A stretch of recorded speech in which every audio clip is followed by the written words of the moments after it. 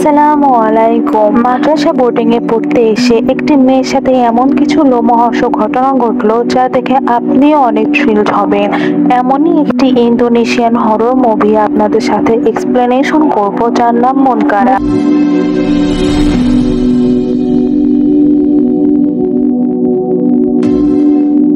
শুরুতে আমরা দেখতে পাই ফজরের নামাজ শেষ করে ইসলামিক আলোচনা করা হচ্ছে। একটু পর কোরআন শরীফ তেলাওয়াত করা হবে। এই অবস্থায় হার্লিনা সে তার কোরআন শরীফটি মনের ভুলে রুমে রেখে এসেছিল, তাই সে যাচ্ছে তার কোরআন শরীফটি আনতে। যেহেতু হার্লিনা ছিল একজন রিচ ঘরের মেয়ে, তাই তার ফজরে ওঠার অভ্যাস ছিল না। কোরআন শরীফ তেলাওয়াতের ক্লাসে অ্যাটেন্ড হতে না পারার কারণে পরের দিন তাকে পানিশমেন্ট দেওয়া হয়। এই মাদ্রাসাটির একটি রুলস রয়েছে, যদি একটা স্টুডেন্ট ভুল করে তাহলে শাস্তি সব স্টুডেন্টকে পেতে হয়। হার্লিনার শাস্তি সবাইকে পেতে হচ্ছে দেখে কিরণ নামের একটা মেয়ে হার্লিনার উপর খুবই রেগেছিল। হার্লিনার মা তার সাথে দেখা করতে আসে। হার্লিনা তার মাকে বলে সে এই নোংরা পরিবেশে থাকতে পারছে না। তার মা তাকে আশ্বস্ত করে সামনের সেমিস্টারটা পাশ করলেই তাকে নিয়ে যাবে। হার্লিনার সাথে বাজে ব্যবহার করার জন্য টিচার কিরণকে অনেক বকা দেয়। এই জন্য কিরণ হার্লিনার উপর অনেক রেগেছিল। পরের দিন তানিয়া হার্লিনাকে মসজিদে আসতে বলে। হার্লিনা মসজিদে আসার উদ্দেশ্যে তার বোরখাটা বের করে আয়রন করার জন্য। এমন অবস্থায় দেখে কিরণ তার কিছু সঙ্গী নিয়ে হার্লিনার দিকে আসছে। হার্লিনার সাথে অনেক খারাপ আচরণ করে এবং হার্লিনাকে অনেকভাবে অত্যাচার করে। এমন অবস্থায় হার্লিনার হাতটা গিয়ে আয়রনের সাথে লেগে যায় এবং অনেকটুকু পুড়ে যায়। তা নিজেকে বাঁচানোর জন্য বাহিরে দৌড়ে চলে আসে। সে যখন তানিয়াকে দেখে তাকে ডাকতে যাবে, তখনই কিরণ পিছন থেকে তার মুখটা চেপে ধরে, তাকে একটু রুমে নিয়ে যায় এবং অনেকভাবে অত্যাচার করতে শুরু করে। এই দৃশ্যটা যদি আপনারা দেখতেন আপনাদেরও অনেক খারাপ লাগতো। এই অবস্থায় হার্লিনাকে নানাভাবে অত্যাচার করা হয়। নিজের প্রাণ বাঁচার জন্য হার্লিনা ছুটে আসে রাস্তায়, কিন্তু রাস্তায় একটা গাড়ি তাকে অ্যাক্সিডেন্ট করিয়ে দেয়। অ্যাক্সিডেন্টের কথা শুনে তার বাবা মা তাকে দেখতে আসে। যখন তার বাবা দেখে তার হাতে পোড়ার দাগ, তখন তার বাবা কিছুটা হলেও সন্দেহ করে। তার টিচারদের কাছে গিয়ে অভিযোগ জানায় যে আপনারা আমার মেয়েকে কিভাবে দেখতেন যে আমার মেয়ের এই অবস্থা হয়ে গেল। শিক্ষকরা এই জন্য ক্ষমা প্রার্থনা করে। কয়েকদিন পর যখন তানিয়া কাপড় মেরে দিচ্ছিল, হঠাৎ সে হার্লিনাকে দেখতে পায়। সে অনেক অবাক হয়ে যায় এবং স্বাগতম জানায় হার্লিনাকে মাদ্রাসাতে আসার জন্য। সবাই হার্লিনার দিকে তাকিয়েছিল। একদিন রাতে হঠাৎ কিরণকে একটা মেয়ে হামলা করে। মেয়েটা ছিল শয়তান দ্বারা প্রজেস্ট। মেয়েটা যখন কিরণের গলায় হাত রাখে, তখনই তার ফেসটা হার্লিনার মতো হয়ে যায়। এটা দেখে কিরণ অনেক ভয় পেয়ে যায়, কারণ সে জানতো সে কি ভুল করেছে। এই সময় একজন শিক্ষক এসে এবং প্রটেস্ট করা মেয়েটার উপর দোয়া দরুদ পড়তে থাকে। মেয়েটার কপালে হাত দেয় এবং সূরা ফাতিহা পড়তে থাকে। এই অবস্থায় প্রটেস্ট মেয়েটা শয়তানি হাসি হাসতে থাকে। এক পর্যায়ে তার ভিতরকার চিন্তা চলে যায়। ওই দিনের ঘটনার পর থেকে কিরণ অনেক ভয় ছিল। তার কথা জানার পর তাকে দেখার জন্য তার ফ্রেন্ডরা আসে। যখন তার ফ্রেন্ডের দিকে সে তাকায়, তখন তার ফ্রেন্ডের চেহারা সে হার্লিনার চেহারা দেখতে পায়। সে এতটাই ভয় ছিল যে তখন সে অনেক জোরে চিৎকার দিয়ে ওঠে। একদিন মসজিদে বসে তানিয়া কোরআন শরীফ তেলাওয়াত করছিল, তখন তার পাশে এসে বসে হার্লিনা। হার্লিনা অনেক সুন্দরভাবে এবং শুদ্ধভাবে কোরআন শরীফ তেলাওয়াত করছিল, যেটা দেখে তানিয়া অনেক সন্দেহ করে, কারণ হার্লিনা সহিভাবে কোরআন শরীফ তেলাওয়াত করতে জানতো না। এর মাধ্যমে আমরা বুঝতে পারি হার্লিনার মধ্যে অদ্ভুত কিছু শক্তি রয়েছে। পরের দিন সবাই যায় মসজিদে ফজরের নামাজ আদায় করার জন্য। তখন এবং কিরণ দেখে সবার আগে হার্লিনা এসে মসজিদে বসে আছে। এটা দেখে সবাই অনেক অবাক হয়ে যায়, কারণ হার্লিনা এসবে অভ্যস্ত ছিল না। একদিন হেনা এবং কিরণ বসে গল্প করছে হার্লিনার বিষয়টি নিয়ে। সেই সময় হার্লিনা আসে এবং ওদেরকে সালাম জানায় এবং রিভেঞ্জ টাইপের একটা স্মাইল দিয়ে সেখান থেকে চলে যায়। পরের দিন কিরণ অসুস্থ থাকার কারণে ঈশার জামাতে উপস্থিত হতে পারেনি, তাই সে তানিয়াকে অনুরোধ করে ঈশার নামাজে যেন তার সাথে সে থাকে। কিরণ যখন সালাতে দাঁড়ায়, তার সাথে অদ্ভুত কিছু ঘটনা ঘটতে থাকে। সালাত শেষে সালাম ফেরানোর সময় হার্লিনার ভয়ানক চেহারা তার সামনে চলে আসে।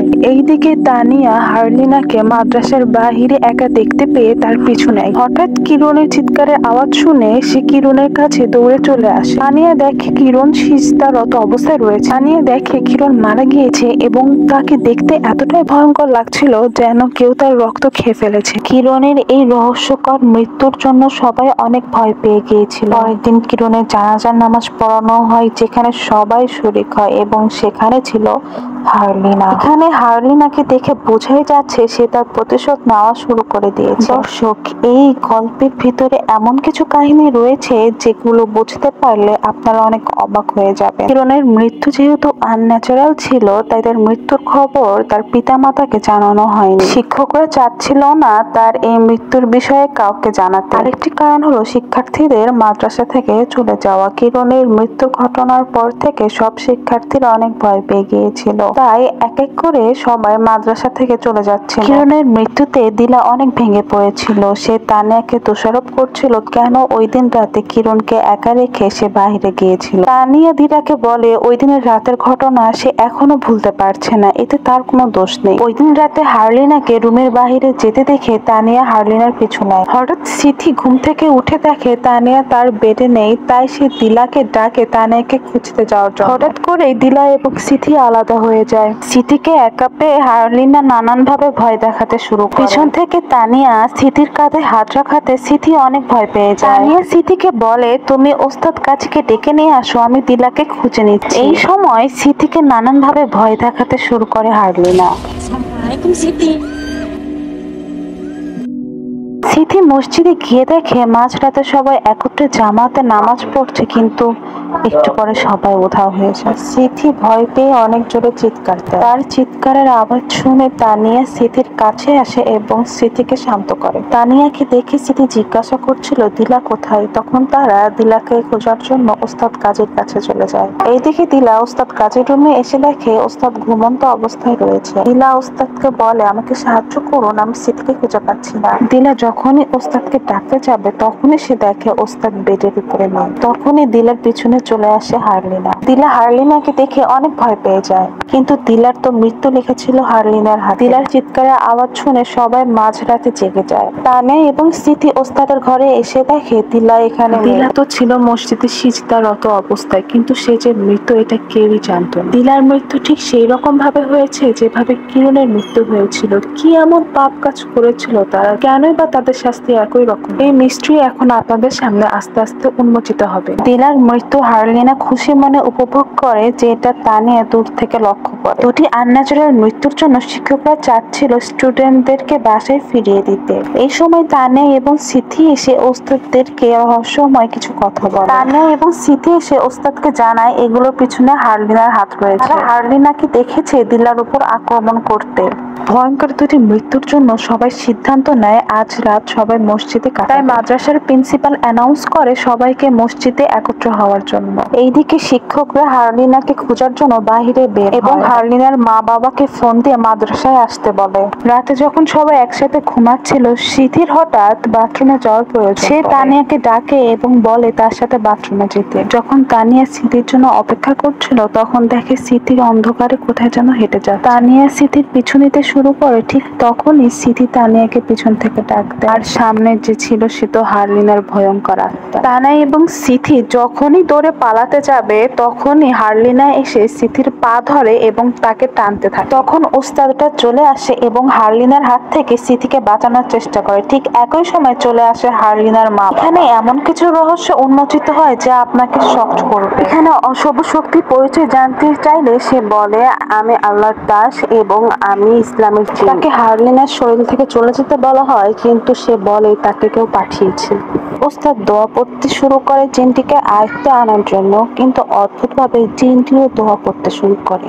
আমরা জানি যে শয়তান জিনরা আল্লাহর কালাম দেখে ভয় পায়, কিন্তু এইখানে অনেকটা উল্টো হয়ে গেছে।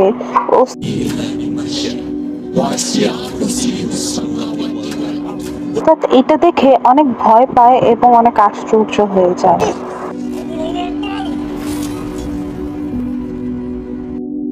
এই অশুভ শক্তিটাকে পরাজিত করা এতটাও সহজ ছিল না।